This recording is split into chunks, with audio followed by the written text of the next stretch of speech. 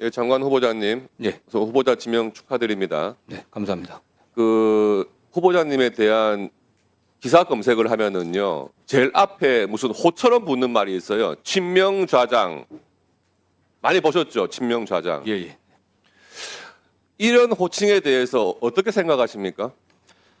저는 제가 가장 듣기 거북해하는 소리입니다. 제가 여러 방송에 나가서도 저는 친명 좌장이고 좌장이란 말 자체를 제가 굉장히 싫어한다는 얘기를 여러 번 했고요. 또 그런 역할을 해본 적도 없고 또 그런 위치에 있지도 않습니다. 예, 다행입니다. 그런데 그동안의 그 대통령과 후보자님의 관계를 보면 정말 친명좌장이신 것 같아요. 예전에 그 현 대통령이 예전에 구속된 적이 있었어요. 그 성남 파크보이 사건 관련해 가지고 검사 사칭하고 뭐 이러다가 구속된 적이 있는데 그 사건 알고 계시죠? 네, 알고 있습니다. 네. 그때 혹시 변론을 하셨나요? 변론하지는 않았습니다. 그러면 뭐 법률적인 뭐 조언을 해주셨습니까? 네, 뭐 그렇습니다. 네, 그 언론에 보도가 났더라고요. 예, 예. 네. 그러면 공식적인 변호인은 아니셨고, 네, 뭐 전화가 와갖고 예, 어떻게 대처를 해야 되느냐 예. 그런 걸 뭐 대화한 기억이 있습니다. 네. 이재명 대통령께서 민주당 내에서 대선 후보로 나왔던 적이 몇 차례 있었습니다. 이번이 세 번째인데 그 전에 두 번 나왔을 때는 소수파였죠. 예, 그때 선대위에서 역할을 크게 하신 건 맞죠? 예, 그렇습니다. 네. 예. 이제 그런 과거의 친분 또 당에서 역할 이런 것 때문에 친명좌장이라는 호칭이 붙은 것 같은데 저는 법무부 장관으로서의 후보자님 앞에 친명좌장은 더 이상 붙어서는 안 된다 생각을 하거든요. 법무부 장관은 어떻게 보면은 일국의 법 질서를 책임진 최고의 책임자 아니겠습니까? 그렇다면 우선적으로 정치적 중립 이런 부분이 저는 제일 중요한 역할이라고 보이는데 어떻게 생각하십니까? 네, 뭐 위원님의 말씀에 전적으로 공감합니다. 예. 통상 과거부터 법무부 장관으로 이렇게 지명받으신 분이 인사 말씀하실 때 법질서 확립, 정치적 중립 이 두 가지는 정말 최고의 철칙으로 법무부에서 인사 말씀에 들어 있었거든요. 그런데 오늘 법질서 확립 이 부분이 있었습니다만은 정치적 중립에 대한 뚜렷한 의지는 인사 말씀에 없었던 것 같아요. 굉장히 우려스러운 좀 면이 있습니다. 그래서 지금 최근에 몇몇 의원분께서 지적을 하셨습니다만은 법무부 장관 후보 지명되시기 직전에 이제 그 공소 취소를 하는 것이 맞다. 대통령에 대해서 이런 말씀을 하신 적이 있어요. 그런데 조금 전에 다시 질문을 드리니까 공소 취소라는 그 말에 대해서 법무부 장관 후보자로서 언급하는 것은 적절치 않다. 이런 식으로 그냥 넘어가시려고 하는 것 같은데 저는 이 자리에서 본인이 법무부 장관으로 있는 동안에 대통령에 대한 기존 기소된 사건에 대해서 공소 취소하는 것은 적절하지 않다. 그런 일 없을 것이다. 이런 분명한 의지 표명이 있어야 된다고 생각을 합니다. 어떻게 생각하십니까?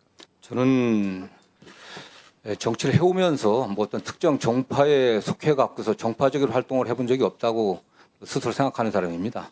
제가 법무부 장관으로서 대통령의 지명을 받아서 법무장 후보자로서 오늘 청문회를 하고 있지만은 후에 임명된다고 하더라도 오직 국민의 입장에서 판단하고 행동할 거라는 다짐 먼저 드리겠습니다. 그리고 공소 취소 관련해서는 아시는 것처럼 뭐 공소 취소는 해당 검사가 뭐 법안에 신청해 갖고 결정으로 나는 거지만은 법무부 장관이 구체적 사건에 관련해 갖고서 저는 평상시에도 구체적 사건에 대해서 특히 정치적 오해를 받을 수 있는 사건에 대해서 지시하거나 지휘하는 건 바람직하지 않다는 생각을 갖고 있습니다.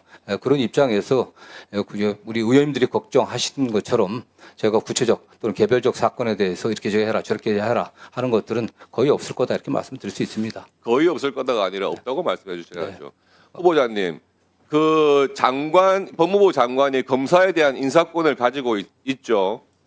네, 그렇습니다. 네. 제일 중요한 권한 아니겠습니까? 예. 그리고 구체적 사건에 대해서는 검찰총장을 통해서 지휘할 수 있는 것 아닙니까? 네. 유독 이 구체적 사건에 대한 지휘권이 행사됐던 것이 민주당 정권 하에서 법무부 장관들이 이 구체적 사건에 대한 지휘권을 행사해가지고 나라가 시끄러웠던 적이 있어요.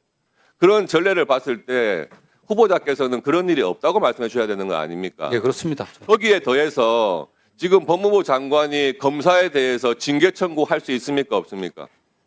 지금 최근에 법이 개정돼 갖고 할 수 있는 걸로 되어 있습니다. 그렇죠. 검사에 대해서 인사를 할 수가 있고 검찰총장을 대해서 구체적 사건 지휘를 할 수가 있고 검사를 이제는 징계 청구를 할 수 있습니다. 국민들이 보시기에 이미 대법원에서 확정까지 된 대북 송금 사건 예를 들어 볼게요. 이 사건에 대해서 지금 대통령 기소가 돼 있어요. 그런데 이 사건은 이미 대법원에서 이화영 부지사가 유죄 확정됐기 때문에 재판 계속 진행하면은 대통령이 유죄 판결 선고될 우려가 굉장히 높은 사건 아니겠습니까? 그런데 그에 대해서 여론이 뭐 국회의원의 입을 통한 여론이겠죠. 그런 여론이라고 하면서 대통령에 대해서 공소 취소해야 된다. 이런 여론을 막 일으킨 다음에 그의 미온적인 검사들에 대해서 인사하고 징계 청구하고 검찰총장을 대해서 사건 지휘해가지고 공소 취소하게 하고 이런 게 이제 시스템적으로 다 들어오는 거거든요. 굉장히 우려가 된다는 말씀을 드리고요. 장관님께서 그 전에 뭐 한 말은 정치인으로서 공소 취소가 적절하다 이런 말은 했던 것에 대해서는 뭐 정치인으로서 한 말이고 장관으로서는 언급이 적절하지 않다의 수준이 아니고 기존에 기소된 사건에 대해서는 공소 취소 없다, 공소 취소하지 않겠다 이런 명확한 입장을 좀 밝혀주시기 바랍니다. 근데 개별 어쨌든 뭐 대통령이라고 하더라도 개별 사건인데 개별 사건의 진행과 관련해서 제가 이 자리에서 말씀드리는 건 적절치 않은 것 같고요. 다만 위원님이 걱정하시는 것처럼 그 해당 사건을 수사하거나 또는 공소 유지하고 있는 검사에 관련해 갖고 의원님이 우려하시는 그러한 상황으로 뭐 징계를 한다거나 또는 어떤 정책 압박을 할 저는 생각은 전혀 없고요. 그 의원님들이 절대 우려하지 않게 하겠습니다. 알겠습니다. 그리고 제가 자료 제출 요구한 사항 아까 들으셨죠? 예, 네. 제가 추가 질의 때 하겠습니다만은 그 자료 반드시 오늘 중에 가급적이면 오전 중에 좀 제출될 수 있도록 조치해 주시기 바랍니다. 예, 이상입니다. 예, 수고하셨습니다.